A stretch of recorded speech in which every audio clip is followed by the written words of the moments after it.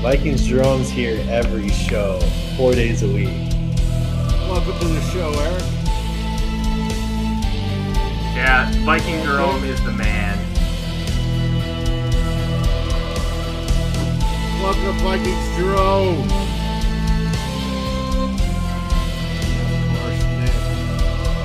Hey guys, we'll see what happens with Hunter. All right, so I'll kick it off.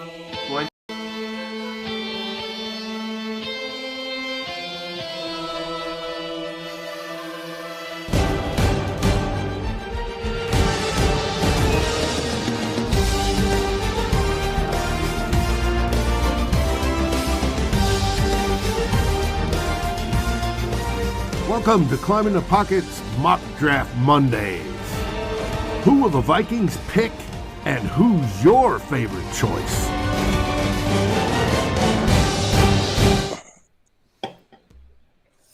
Welcome, ladies and gentlemen, to another episode of Mock Draft Monday, coming to you live for the first time in high definition. I am your host, Tyler, and with us today are the regulars, Ryan and Dave. And with us, we have a special guest, new to the Climbing the Pocket family, Deshawn. Boys, we just signed a defensive tackle to hopefully get rid of Shamar Stephen. Let's get some instant reaction here going quick. Deshawn, you know a lot about Tomlinson and kind of what his game projects. What is he going to bring to Minnesota Vikings?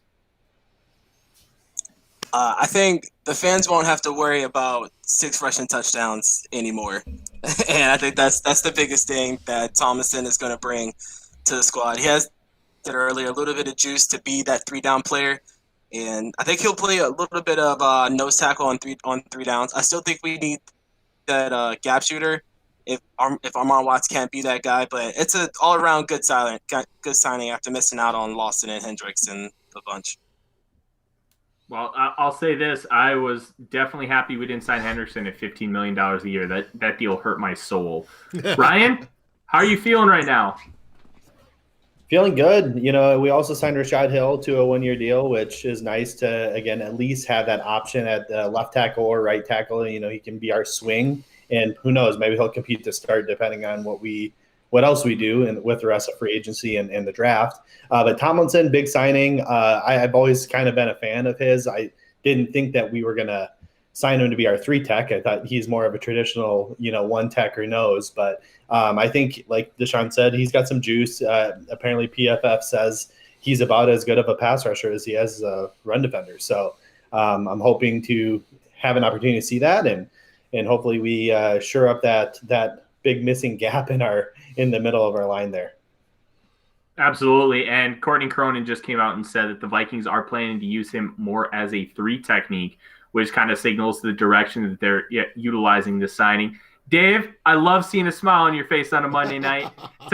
Tell me, how happy are you to see a couple big uglies back with the Minnesota Vikings joining as well? I am. I suspected the whole premise of tonight's show was we were going to base it on some talk of how they were going to go through free agent and who they were targeting. And as the day passed, we watched one guy go, another guy go, another guy go, another guy. And everybody's like, whoa. We did re-sign Hill. And from what I gather, it's vet minimum and could go up to, I think, 2.5, which is good because he's at least your number 1 swing tackle, minimum. He may even compete to start left tackle. I don't know about that. I'd like to improve the line some more. I'd like to see what Ezra can do over there, etc. We still got holes to fill on the offensive line. But my question is, why is Shamar Stephen still on this team? Because I think as of just a little while ago, we will see tomorrow that Shamar Stephen is released. And our defensive line, especially in the middle, just got a whole lot better. Absolutely. I completely agree with you, Dave. And like Deshawn said, we're probably not going to see any 6 touchdown games from anybody here this upcoming season. I know fans are disappointed we missed out on Carl Lawson. We missed out on Trey Hendrickson. But at the same time, it's not time to hit the panic button. It's frustrating, especially with Lawson, because my guess is the Vikings were very competitive with what that offer was. But Hendrickson, I think, was just he would have been way too much of an overpay and a risk at $15 million a year. That for me, that deal was too rich. Whereas Lawson deserved that. I think Lawson was a little bit underpaid. Like if you're talking about Shaq Barrett getting like $18 million a year, I think Carl Lawson should have gotten he should have been closer to that based on his performance over the first 4 years of his career. But enough of that. We're going to have a lot more free agency talk on the Climbing the Pocket Network YouTube channel here over the next few days. But tonight we're here for a mock draft. And one of the nice parts about the mock draft is with this ever-evolving landscape of free agency is going to change how we kind of approach this. And I think we can safely say that we're probably not going to go with the defensive tackle in round 1 now. But we got 4 rounds. We got a bunch of picks, a lot of capital to kind of maneuver around with. Last week we traded down. This week, who knows? Let's kind of see what's on the board and kind of let it flow. And let's have some good discussion dialogue. We've got Deshawn, who has a lot of different viewpoints than me, which I really appreciate because we can have some good dialogue and really find a good way to fix the Minnesota Vikings. Dave, start it up. Let's have some fun. The button's pushed. Trevor Lawrence, first one off the board. Surprising. All right, let's kind of see who's available. There goes Patrick Surtain. Pitts is gone. And we get a trade offer. We get a couple of them. All right, so we get a 1, 2, and a 3 to go all the way back to 32. That's not bad. What else do we have available to us, Dave? A 1, 3, and a 4 from the Steelers. Where we're only dropping. And is this just for 10. Our 14, or is there anything else? It's just showing That's for it. the 14. All right, so based on kind of what I saw, I believe Jalen Waddle's still on the board.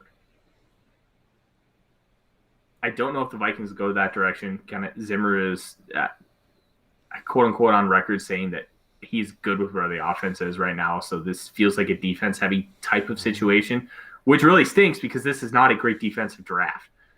Your best defensive prospect is probably going to come off the board at around like 10 or 11, which compared to past years is just, it feels insane. Mm-hmm. I think if you're talking about kind of what the Vikings are looking at, one with the cap situation and how much they're going to have to commit to this draft class, which right now is around $11 million, the fact that we still have so many more holes to fill, and we're going to probably have to fill bar spot at some point too. I think taking 1, 2, and 3 will get us, a lot more talent, which we need on this team. 2, it'll increase the depth. And I don't think pick 14 is going to net us some superstar like we may be thinking, where it's not going to be worth making this trade. What do you guys think?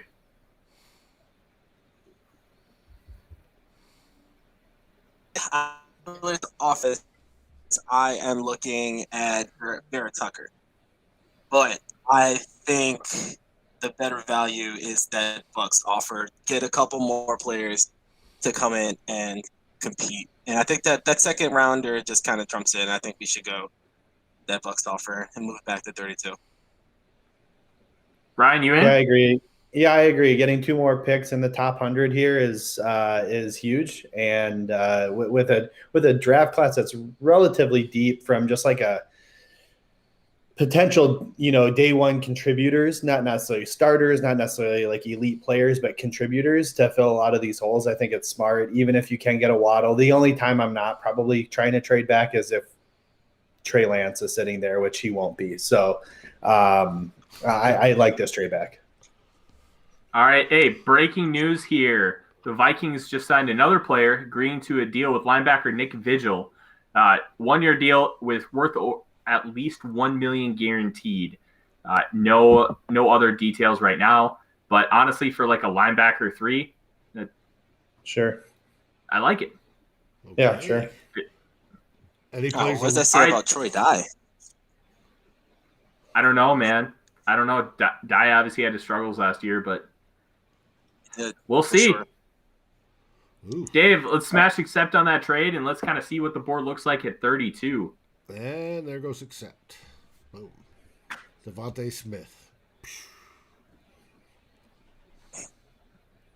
That would have been sweet. Deontay Smith at 14, but I don't suspect the Vikings would take him, even if he was there. Yeah. Yeah. Waddle and Smith were both on the board at 14, which is really, really interesting. All right. Looks like the offers are just to kind of go back even farther before we even make our first pick. Right. That neither one of those so far is very appealing, considering we haven't even taken a player yet. Yeah. Nah. If we had a first round pick already, that might be worth it. But yeah, okay, I like that. Who's on the board? Perfect. So Gregory Rousseau, Zaven Collins, Jalen Mayfield, Kadarius Toney, Javonte Williams, Liam Eichenberg. So kind of the best three fits that kind of jump off the board right now are Rousseau, Collins, and Mayfield. With the restructure of Barr's contract where he's going to be a free agent after this year, taking Collins could be a really interesting selection because, one, you can utilize him off the edge. Two, he is comp as Anthony Barr. He plays a very similar style of football, yet he can kind of fill that role that Mike Zimmer likes Barr to play, and you can utilize him in creative blitz packages. He can cover running backs as well. Gregory Rousseau, we obviously know about him, incredibly raw edge player. And then Jalen Mayfield, I have not got my hands on Michigan offense all 22 yet.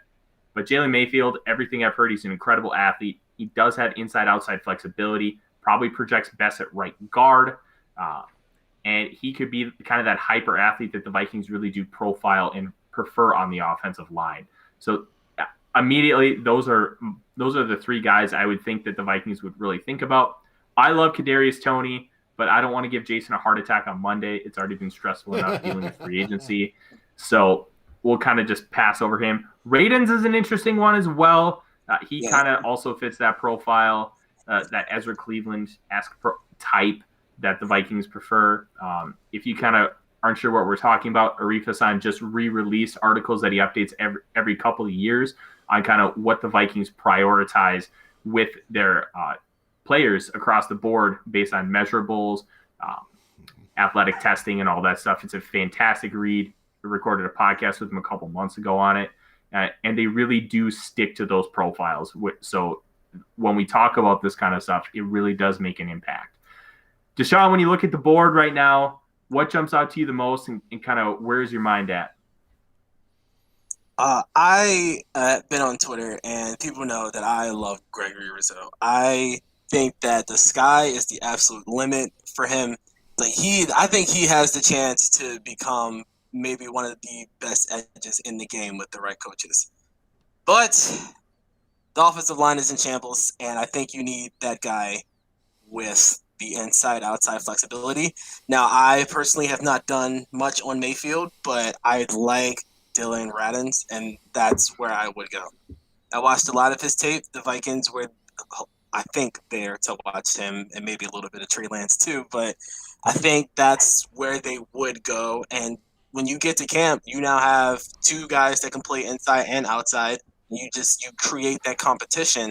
It just allows you to pick the best guy and put them in positions to succeed.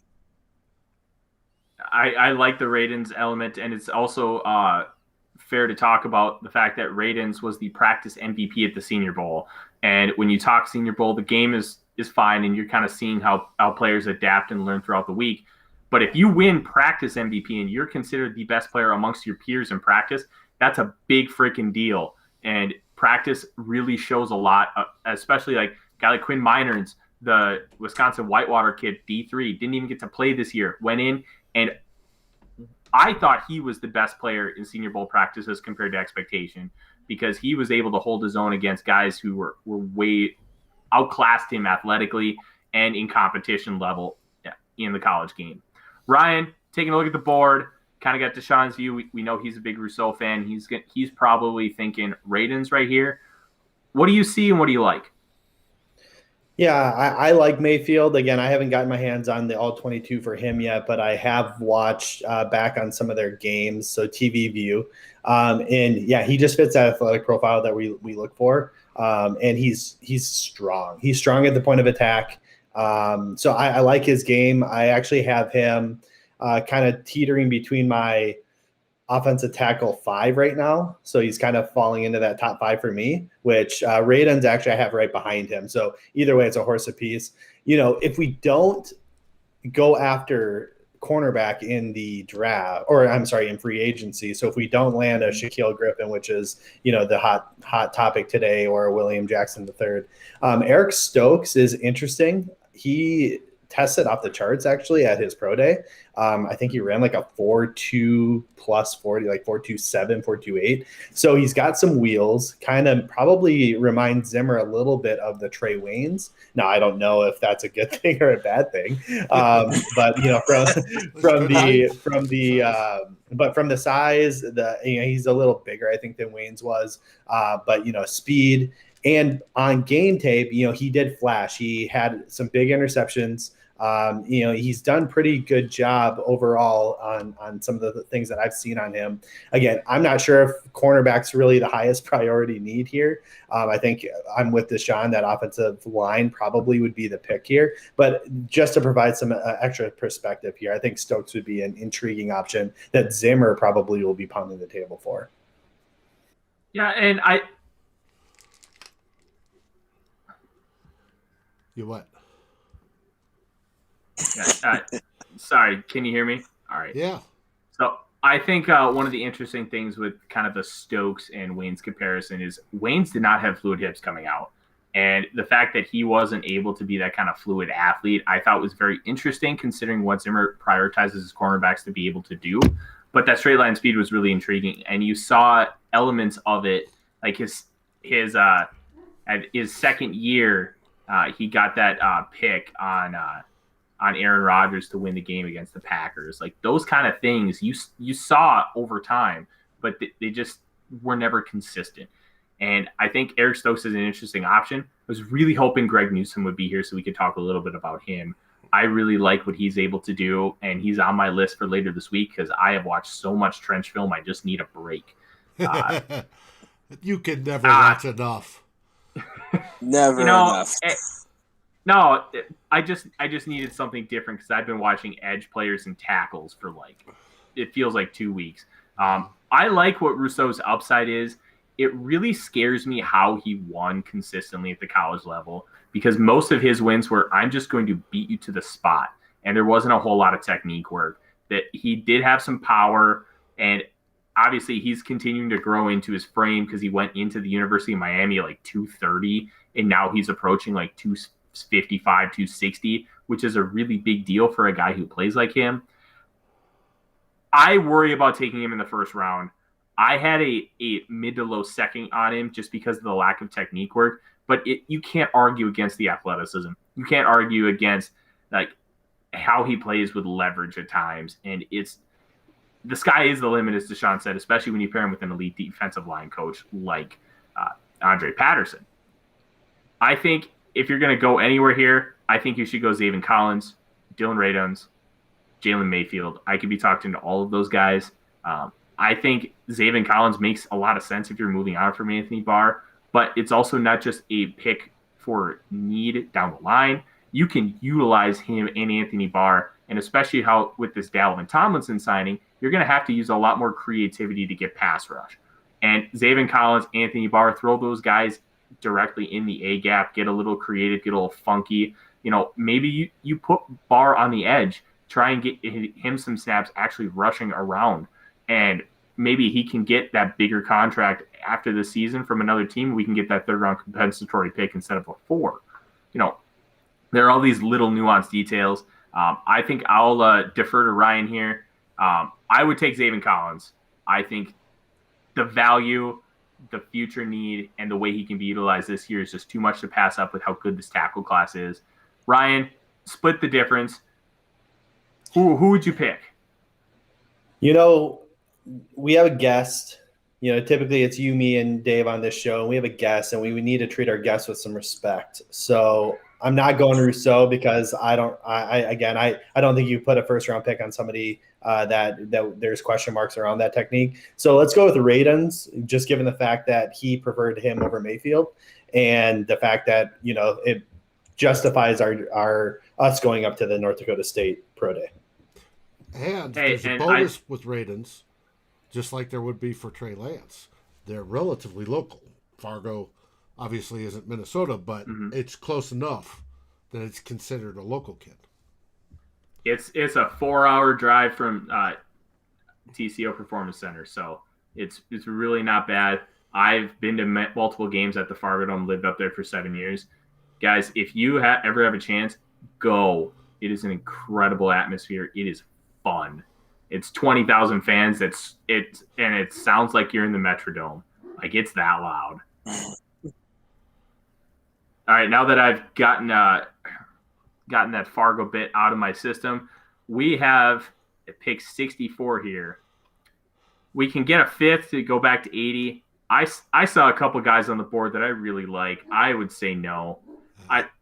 Even so, you'd have to offer me another third to go drop that far. And kind of the guys we're looking at, one guy I really love that's still on the board is Richie Grant. Richie Grant is a true center fielder, kind of where Harrison Smith has always been, and especially how he's going to continue to project moving forward. He's going to start losing that athletic ability, that speed. He's going to have to win more and more and more with his football IQ and vision. And that's always been his calling card anyways. He's been a very capable athlete, but he's never been exceptional in those areas. And I think Richie Grant, as a true center fielder, is going to give Harrison Smith the ability to roam a lot more in the box, use his intelligence, be that riverboat gambler that he's always been, and maximize those elements of his game. Jay Tufele would be an interesting selection here. I don't think the Vikings are going to think about going this route because they just signed Dalvin Tomlinson. Javon Holland is more of like a slot safety hybrid.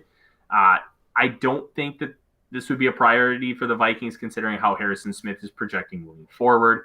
Tommy Tungiai is kind of the same thing. With as far as interior defensive lineman, I don't see it. Dylan Moses, he's a true middle. Unless you're moving on from Eric Kendricks, I don't see that as being a fit either. And I absolutely do not like Amon-Ra St. Brown. So if I had a preference here, it would be Richie Grant, and I think I would just run to the table and hand in the card. Ryan, we started with Deshaun last time, so we'll go to you here. What do you see? What do you like? What are you thinking? Yeah, and Dave, do you mind going down a little while I talk about Richie Grant? Yeah, so I feel the same way about him as you do, Tyler. I really like the fact that he is a true center fielder type. He can roam, play the single high safety. So even like Anthony Harris, he was probably better suited for more of that split safety looks. He wasn't doing a ton of single high, I feel like, for us, where Richie can actually provide that and really give Harrison Smith that true flexibility to really, play that Troy Polamalu role of like just joker, use your instincts and kind of do what you need to do. In terms of other guys, I think we had a Basham here as a pass rusher. Obviously, we haven't, at least at this point in time, addressed the. And was there guys above Richie Grant there? Oh, so there was a couple other guys. So Davis. Oh, damn. So we have Jabril Cox, again, another guy that probably could fit that Anthony Barr replacement mold. He's pretty good in coverage. He's got the size. Not as strong of a run defender, obviously, as Barr, but again, he's a rookie, or he would be a rookie. So we're not expecting that. Nixon, one of my top interior defensive linemen, but again, with the Tomlinson signing, I don't think it's going to be priority. Davis is going to be more of that will linebacker. And if we do move on from Barr, it's going to be more of like a Kendricks Wilson type duo versus a Kendricks Barr type. So I don't really see him being the priority here. I can see Cox being an interesting play there. A little bit further down, Dave, I just want to see a couple of these other guys. Amari Rogers, he's interesting. Again, probably a player that they may target. Hudson, we've already grabbed an offensive tackle. I doubt they'll go two. I probably honestly sitting here, Richie Grant really makes sense. Diami Brown, he's another guy that I really like. I think he's floating into my top receivers list here. I just really think that he's undervalued on this site. Not to say that all of these guys are valuing him that low. It's just the consensus. I think that he's probably going to be a second round pick. I think he brings a dynamic vertical threat to the game, but that's not all he is. So he's another guy that I find interesting, but I don't know if I take him with that second round pick. I probably would, but given what we have available here, Richie Grant's also a very intriguing option. Well, we heard from Ryan. Deshaun, what are your thoughts? So I'm going to go back a little bit to my studies and some specific guys that I really like in this kind of area. It would be between Carlos Basham, who lit up the Senior Bowl. This guy looked virtually unstoppable. He was winning most of his reps within 2 seconds. I keep up with Carlos Basham. Whether it was inside, outside, he looked fantastic. And like Ryan said, Dyami Brown. I've really liked Dyami Brown. I'm not a big wide receiver 3 guy, but I think Dyami Brown is one of my best value wide receivers probably in this entire draft. And then Dio too. I think he is kind of under the radar.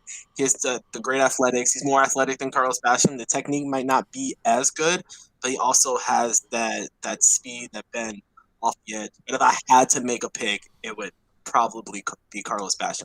I do like the safety depth in this draft. There's Andre Sisco. I don't believe he's came off the board yet.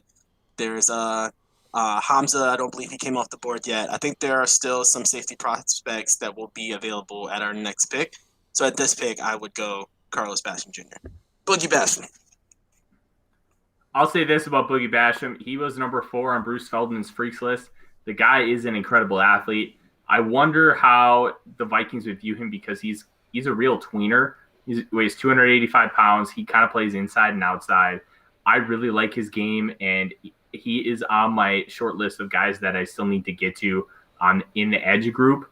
And I think one thing is really going to hurt him is his 2020 seemed to have dipped a little bit from 2019, just kind of from what I've seen. The little bits and pieces, but you're right, Deshaun. He did dominate the Senior Bowl. He was absolutely fantastic, being able to kind of dominate both guards and tackles.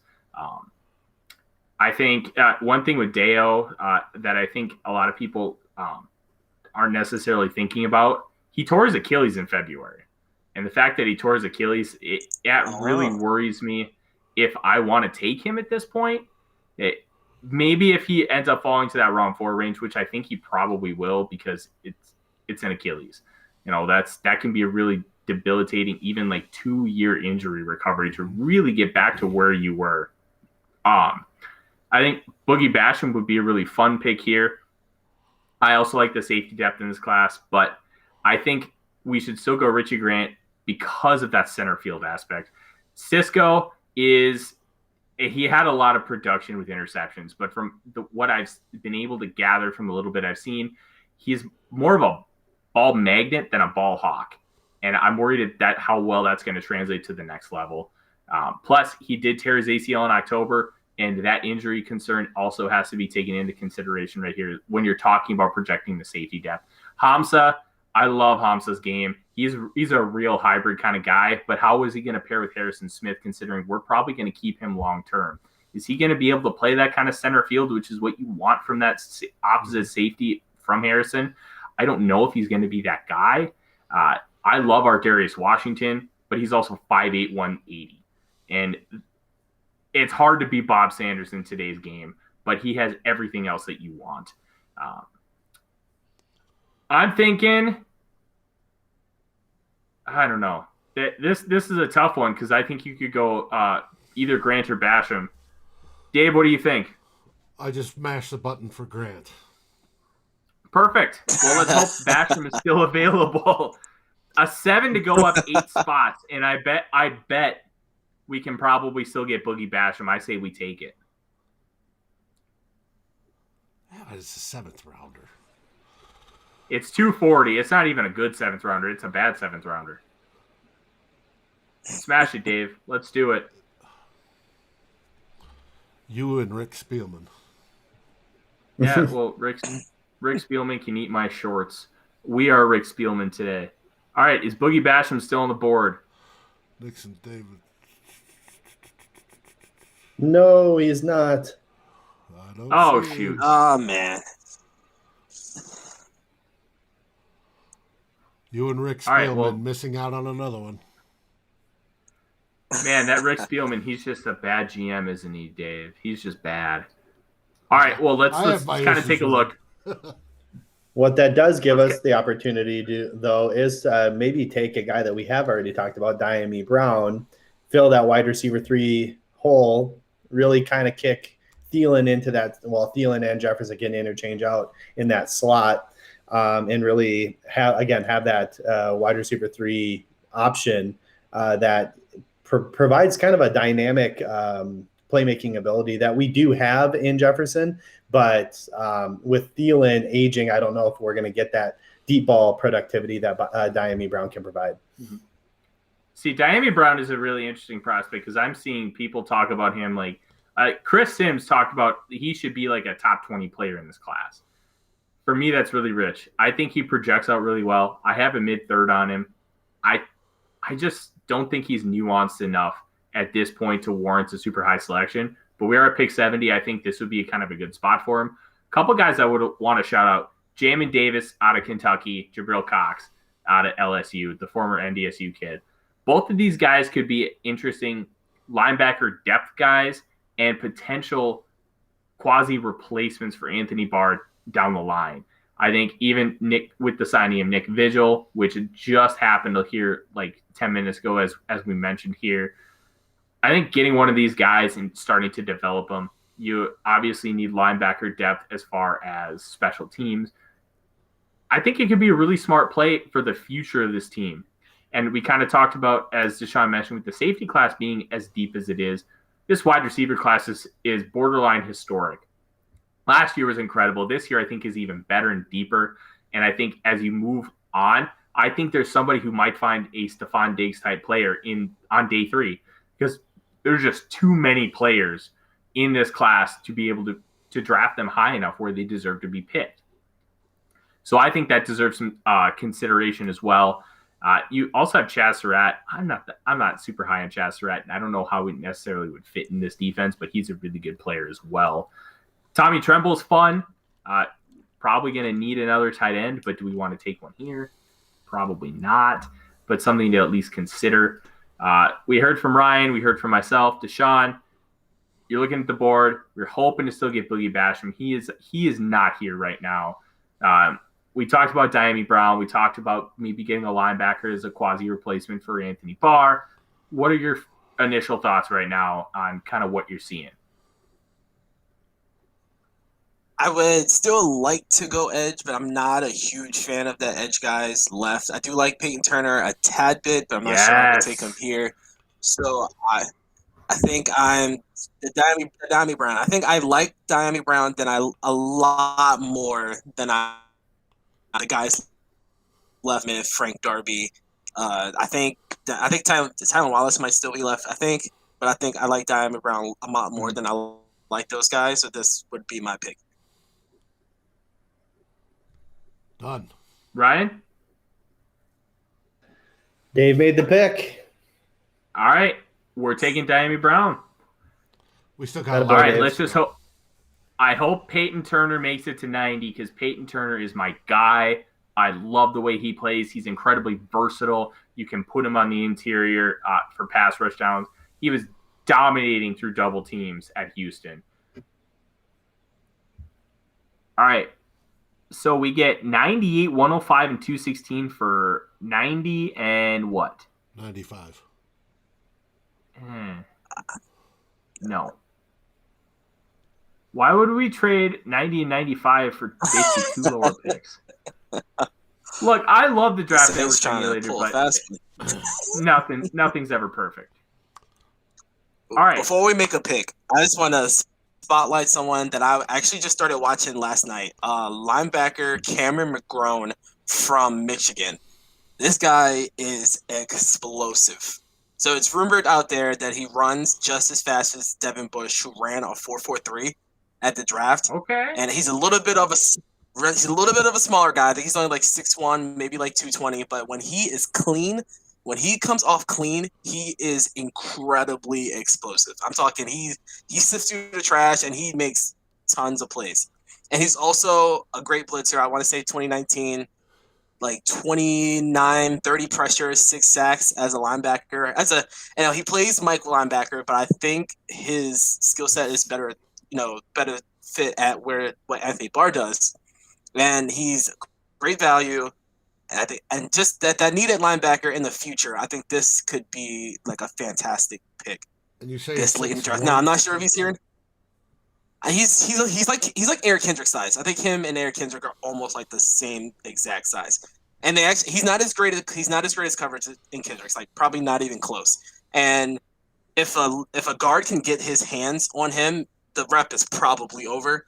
But if he gets clean, like he cleans up everything. Like, dude is explosive. He's a good tackler.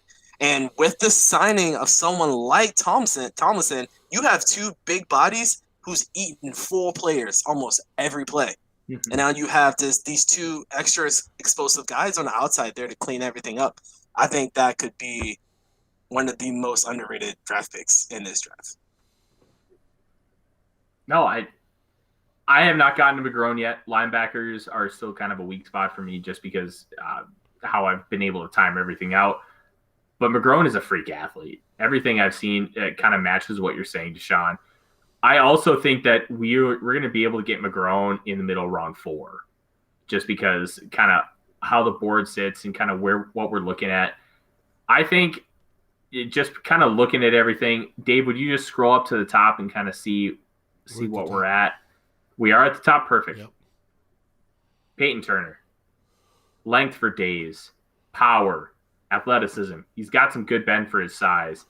The way he played at the Senior Bowl, he was fantastic. He was probably the second best edge guy there outside of Cameron Sample, the Tulane kid, who I know, Ryan, you and I have talked about quite a bit doing this show. Peyton Turner provides the kind of upside that you're looking for in a third-round kind of player with what the Vikings prioritize with this edge class.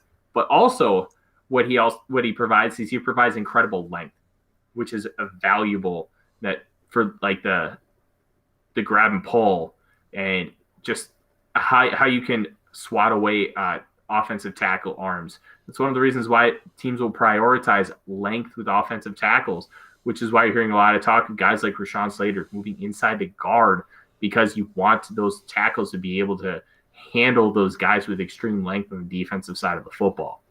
Peyton Turner is a guy who played 3 technique last year at 290, came into college at 220, and right now he's sitting at 270. And you can tell it's a good 270. And he is a fluid athlete. And I think pairing him with Andre Patterson, kind of what the Vikings defensive line currently looks like, hoping that Daniil Hunter also stays, I think he could be a fantastic rotational player year 1 and develop into a guy that you can count on to be a consistent contributor and future starter on this team. Turner it is. Perfect. So we've got pick 95 up here right now. So we can go down 4 spots and get 225. Or we can go down a bunch and get 195.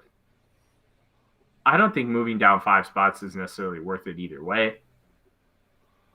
You could argue 225 is worth it. But for the sake of this exercise, I would argue that we stay just because we're not going past the 4th round. Right. All right, taking a look. Osa Odingzua is the one that stands out. Hunter Long is another one. And there's your guy, Mcgrone, Deshawn. Mcgrone is just sitting there ready for the taking. If we don't take him now, we are going to lose him.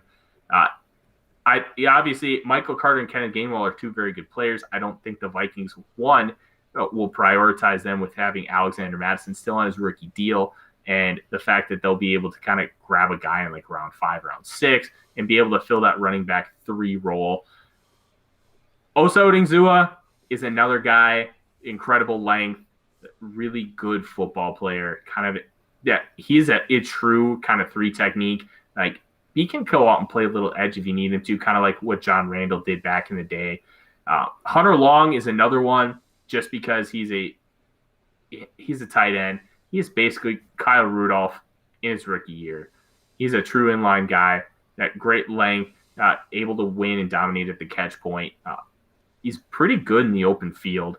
those little nuances are good. And Jordan Smith, the edge out of UAB, one of the interesting things about Jordan Smith, if you remember the Florida Gator credit card fraud scandal from 2017, that's why he's at UAB and not at Florida.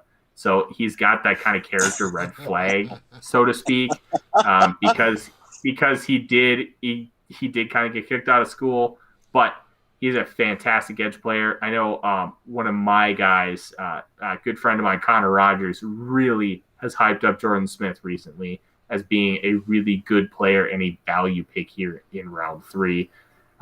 Deshaun, we're taking a look at the board. You've already pounded your hand on the table for Mcgrone. What else are you seeing right now? And then I'm going to pound my table for one more guy, another one of my guys, Jalen Twyman. I think provides the best value in this draft at D tackle. When I watch this tape, I just like he brings like a sufficient amount of technique. Of course, you can improve on it, but he brings technique, power, speed.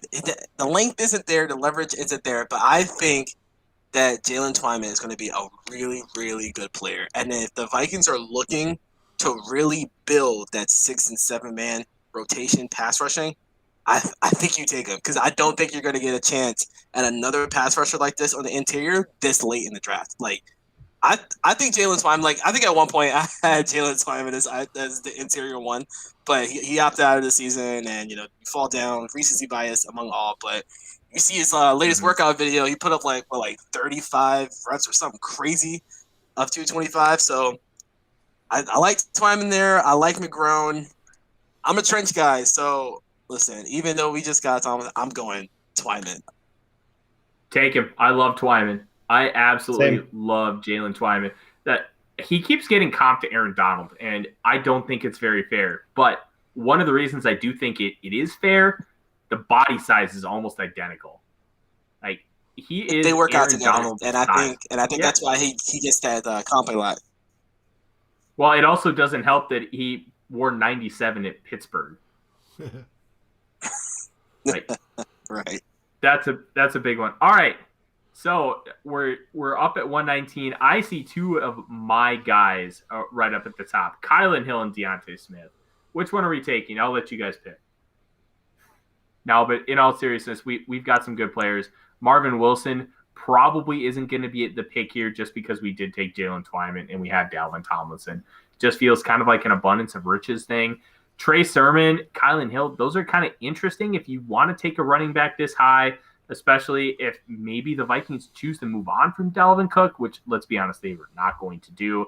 The USC kid, Hafanga, I haven't watched him, but I've seen a lot of people that I respect rave about what he can do on the football field. Haynesy, I think, is a big no, just because of what his skill set is and how it's going to translate to what the Vikings are going to ask him to do. Obviously, I don't think we need to be married to the scheme, but at the same time, if you have a guy who's comparable as far as value and does fit the scheme, I think you need to prioritize that. And we have Deontay Smith on the board, and I think everybody who's ever watched this show knows how much I love Deontay Smith. That's there. Tariq Thompson, I've heard some good things about his play at San Diego State. That could be a really interesting add, considering we already have Richie Grant. Let's be honest, you can't really have enough kind of good guys in the secondary. We didn't really see a lot from Josh Metellus or Harrison Hand to tell us, hey, these guys definitely need to be on our roster this year. So he could be an option. Ryan, we're taking a look at the board. What do you like? What do you see? What direction do you think we should be going right now? Can we go down just a little bit as well, Dave? I obviously I like Deontay Smith. We've talked about it a lot on this show. David Moore is another interesting guy. Again, probably not an exact scheme fit, but I think athletic enough to get out in space and make those blocks. Obviously, we talked Cameron Sample earlier.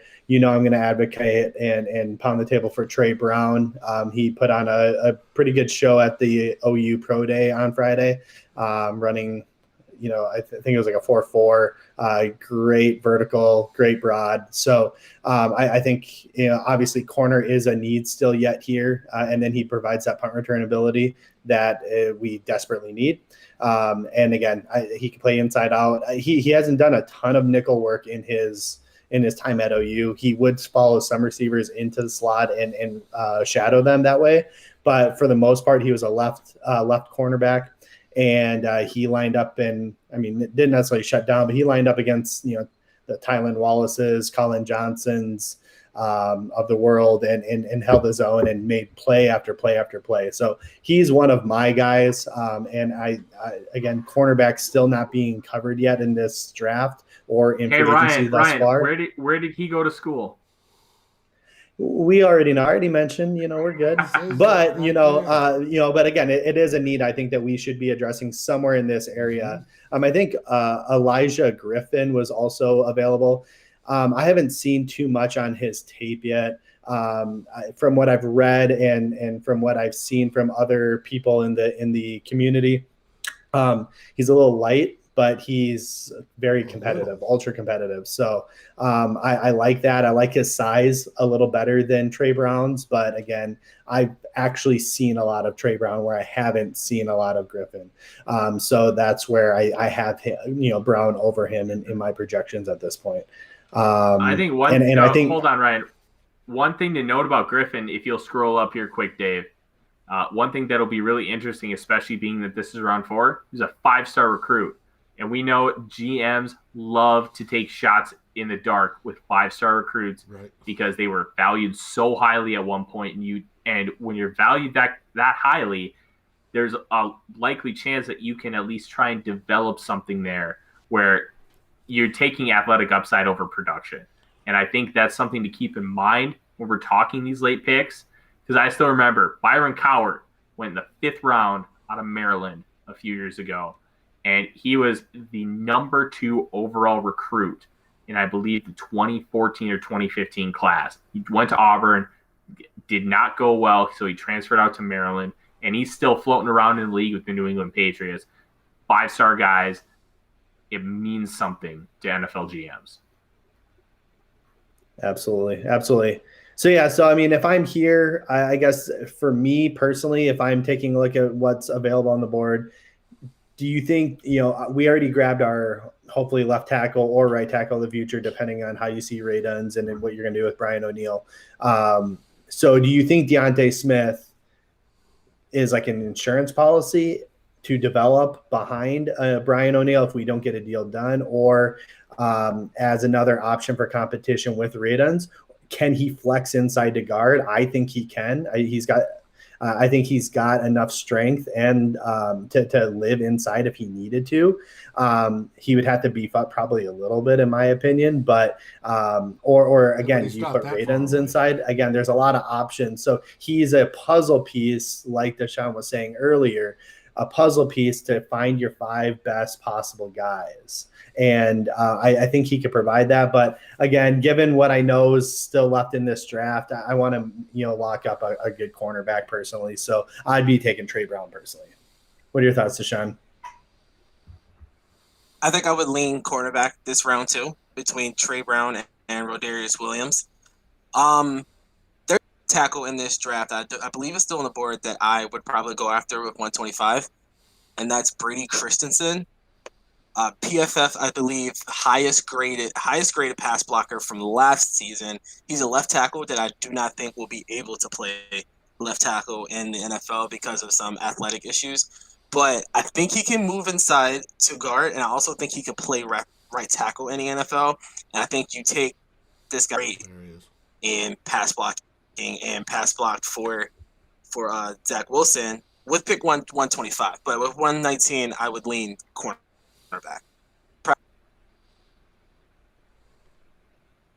All right, so let's take a look. We obviously have Trey Brown, Rodarius Williams, Elijah Griffin. I just don't think we know enough about Elijah Griffin just kind of as a collective to warrant taking him. I watched Trey Brown at the Senior Bowl, and he was in the hip pocket consistently. And those drills are not designed for DBs to look good. They're designed for DBs to look like crap and the receivers to shine. And he was there almost every rep contending with the ball. Okay, Ryan's happy then. Yep, we took his token Oklahoma player, and then he can stop talking about Oklahoma forever. That's how that works. Perfect. Awesome. Decline that. Excellent. Let's take a look at the board. Obviously, we kind of talked about a couple guys that we really like as far as offensive linemen. Let's look. See, Deontay Smith is still on the board. Walker Little is an interesting one. 5-star recruit. Obviously, he's got the size. He's like 6'6", 320. And he flashed 6'7". really, really well in his freshman year. But he got hurt. And then COVID, and he opted out. So we really haven't seen good, consistent play from Walker Little since his freshman season. Where after his freshman season, you had draft nicks all over the place mocking him in round 1 of this draft. Like there was legit talk that he was going to be that guy. So I think he should be consideration here. I kind of already touched on Robert Haynesy, why I wouldn't want to take him for the Minnesota Vikings, just because there are too many guys who can be scheme fits who are at the same level, and I just don't think Haynesy is a guy who can be a scheme fit. Obviously, you shouldn't be married to the scheme, but when you have comparable players, take the scheme. Cameron Sample, we talked about him earlier. Guy just came into the Senior Bowl as an injury replacement and just owned everyone that he played against. This would be a fun spot to take a running back if you're going to take a running back 3, just because of the amount of picks that the Minnesota Vikings currently have. Trey Sermon and Kylan Hill are on the board, and I think everybody knows about my love for Kylan Hill, the football player, and just how he's going to run the ball and he's going to spank you, and he's going to talk about it right after he hits you in the mouth. Like I love Kylan Hill. And he showed with the terrible Mike Leach offense at Mississippi State that he could catch the football, which was his biggest question mark. And then thankfully he opted out because Leach was just ruining his draft stock. So there's kind of a lot of different ways you can go. I like Jonathan Cooper a lot. He doesn't have the length, but my goodness, is he quick off the football. And you give him a couple years with Andre Patterson, he can probably learn to overcome those really short arms, just because he's got that burst and quickness. So that would be another fun aspect to go. I know we already took Peyton Turner, but you can never have enough good edge rushers. Just kind of take a look at the previous Super Bowl winners, like especially the 2017 Philadelphia Eagles. They were like 8 deep. Like that's the main reason why they ended up winning the Super Bowl, is just they were able to interchange guys in and out. Rashad Weaver's another fun one because he doesn't have the most upside in the world. Coming off a torn ACL in 2019, last year he was productive, but you could just tell it wasn't all there from what his 2018 film showed. And maybe he can be a guy who can kind of take a bigger step because he's fully healed. I don't know. But he's somebody that I would think about and run for.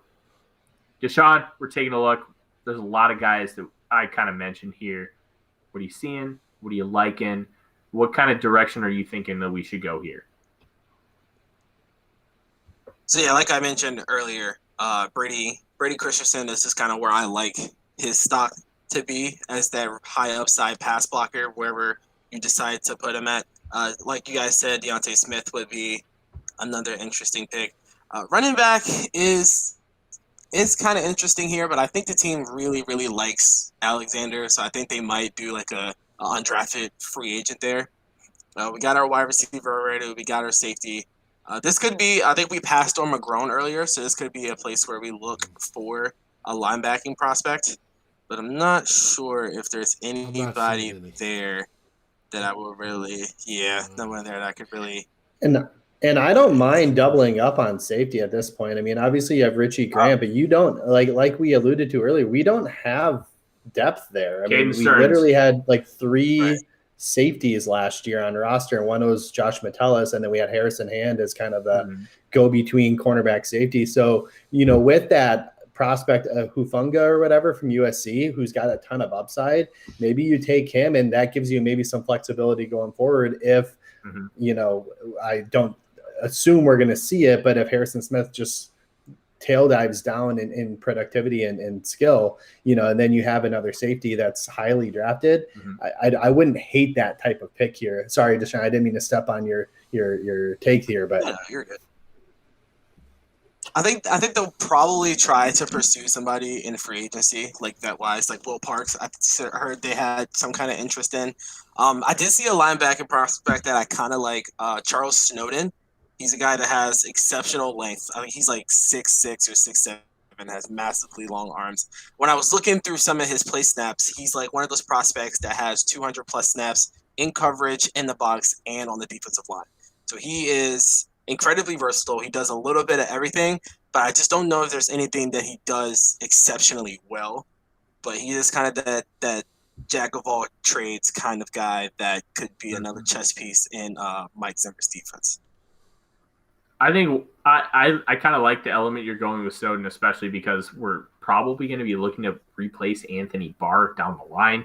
I think another guy we should look at, kind of the element of Ryan talking, hey, we shouldn't really be worrying about double up too much. And I like that philosophy, because right now the Vikings should just be looking at getting good football players. And one of those who tested very well and had a fantastic freshman year at Texas was Caden Stearns. But the problem with Texas, guys, Texas doesn't develop them. And it's so frustrating because they have so much raw talent. And like Ryan sees it every year because his Sooners end up playing Texas. Texas just has a bunch of great guys, but they just can't figure it out. Like, they're all athlete and no skill. But Caden Stearns flashed as a freshman. It kind of had that Grant Delpit effect, where Delpit's sophomore year was so good, came back for his junior year and just stunk, ended up on in the second round. Caden Stearns' freshman year was fantastic. Sophomore year was kind of like a dip, like a little bit of a sophomore slump, and he never really kind of picked it back up.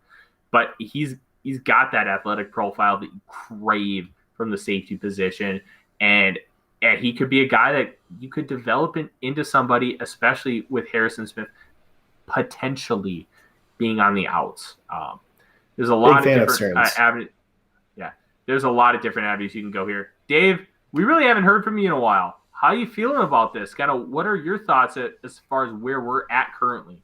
Well, I was drooling over the offensive tackles, but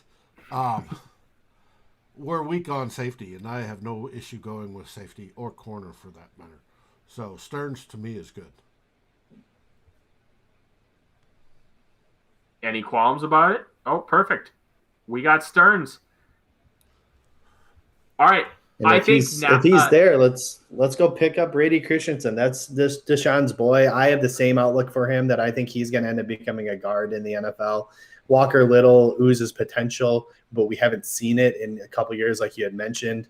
And again, hopefully with Raduns and O'Neal, we're kind of set. And then, of course, re-signing Rashad Hill today. Hopefully we're kind of set at tackle, at least for the time being, based on what we've done thus far, where we still do need an interior guy. I don't see Christensen living in the outside unless you're in a power zone scheme where you're still going to struggle in pass rush, but that athletic limitations isn't going to really hit you in the run game as much. I think I like him at left guard or at right guard. I mean, obviously I'll have to learn the pass sets on the right side if we went that route, but I like him as an option at guard. Well, perfect. Brady Christensen. And the best part about drafting a tackle to play guard is if you need him to play tackle in a pinch, he's already done it, so you know that he'll be at least relatively capable to kind of take over, at least for a game.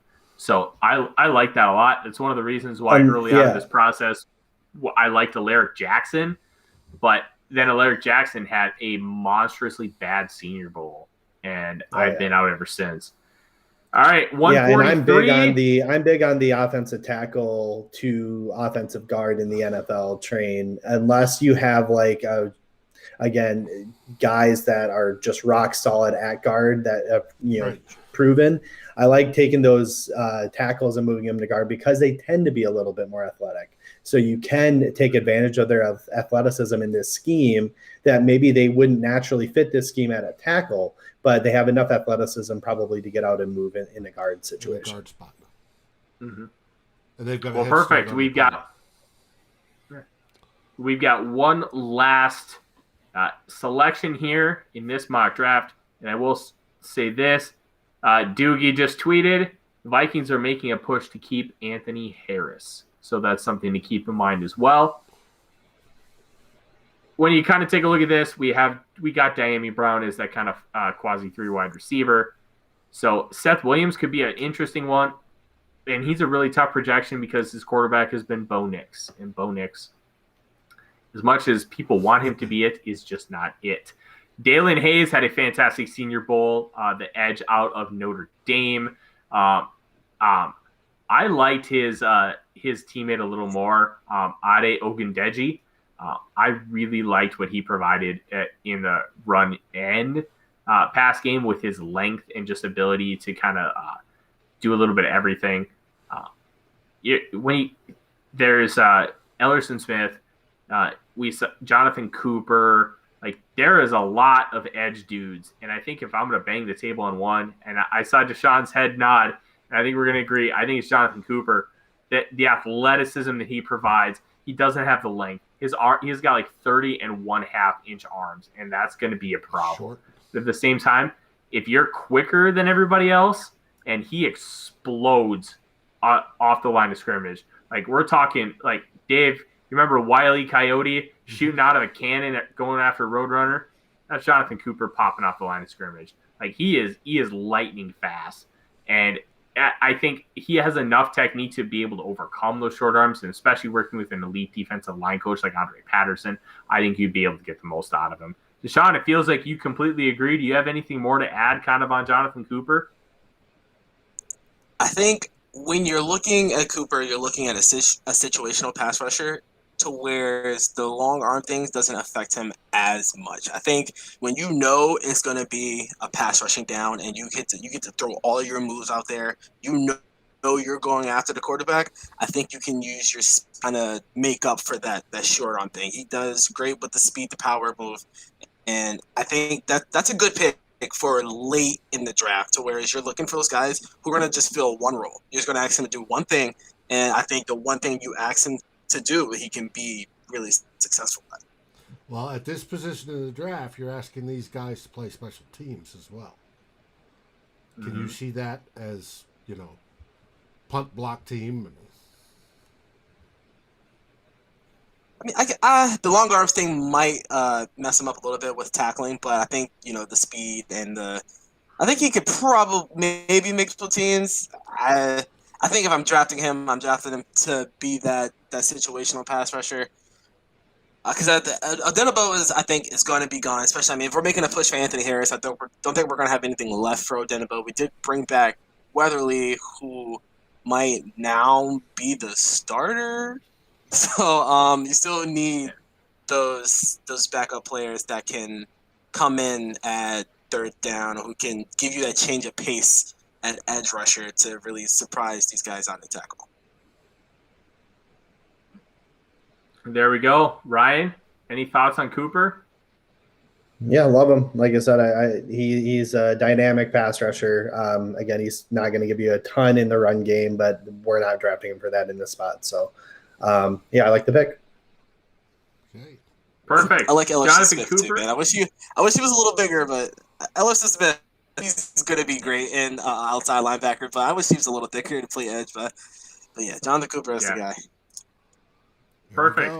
Here we go. Dylan Radins, Richie Grant, Diami Brown, Peyton Turner, Jalen Twyman, Trey Brown, Caden Stearns, Brady Christensen, Jonathan Cooper. Now, if the Vikings ended up with that on draft day, I think, Dave, you and I are going to be celebrating on the stream, my friend. Because that's 9 picks in 2 days. What? That is a really good draft class. That not only providing depth and talent, but getting great value and filling needs. And the fact that this draft was able to accomplish all of those things, I think speaks to kind of the strengths of what this draft class offers and kind of how we as a team were able to maneuver around the board and make it work. The fact that we were able to trade down in round 1, still get a really good offensive lineman, and then get Richie Grant and Jalen Twyman from those other picks. I think made a really big difference. And I really like kind of what this draft provides for the Minnesota Vikings. Yeah, great draft. I think there's a lot of talent here. Things... Sorry, Deshaun. Yeah, I think there's a lot of good talent here. I think there's a lot of good players, a lot of potential, and we're filling a lot of depth spots. So, good job, team. Yeah, I think remaking that defensive line room should be one of the emphasis of this draft. You got guys that probably should go in like Stephen, Holmes. So you bring in these new guys, and you just completely remake that room. Hopefully Hunter can stay and be that lead guy. But I think this draft, you bring in some talent, some explosive talent, and create a dominant pass rush. There we go. Well, guys, that is another fantastic Mock Draft Monday. Ryan and Dave, I appreciate you guys being on every week. Deshaun, thank you for joining this week. I think your yin and yang analysis with me, I think, really added an element that was missing from the show, and I appreciate it. We will be back next week as always, and check out Climbing the Pocket tomorrow as I will release my first official written mock draft 1.0. And there is some fun stuff, and the Vikings do recoup a second-round pick in it. So make sure you tune in. Everybody stay safe, stay healthy, and as always, Skol Vikings!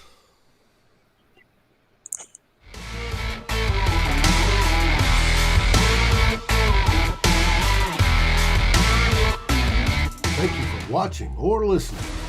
As always, if you like, subscribe, and ring the bell for notifications. And if you're listening to the podcast, please rate us on your favorite aggregator. Skol, everybody!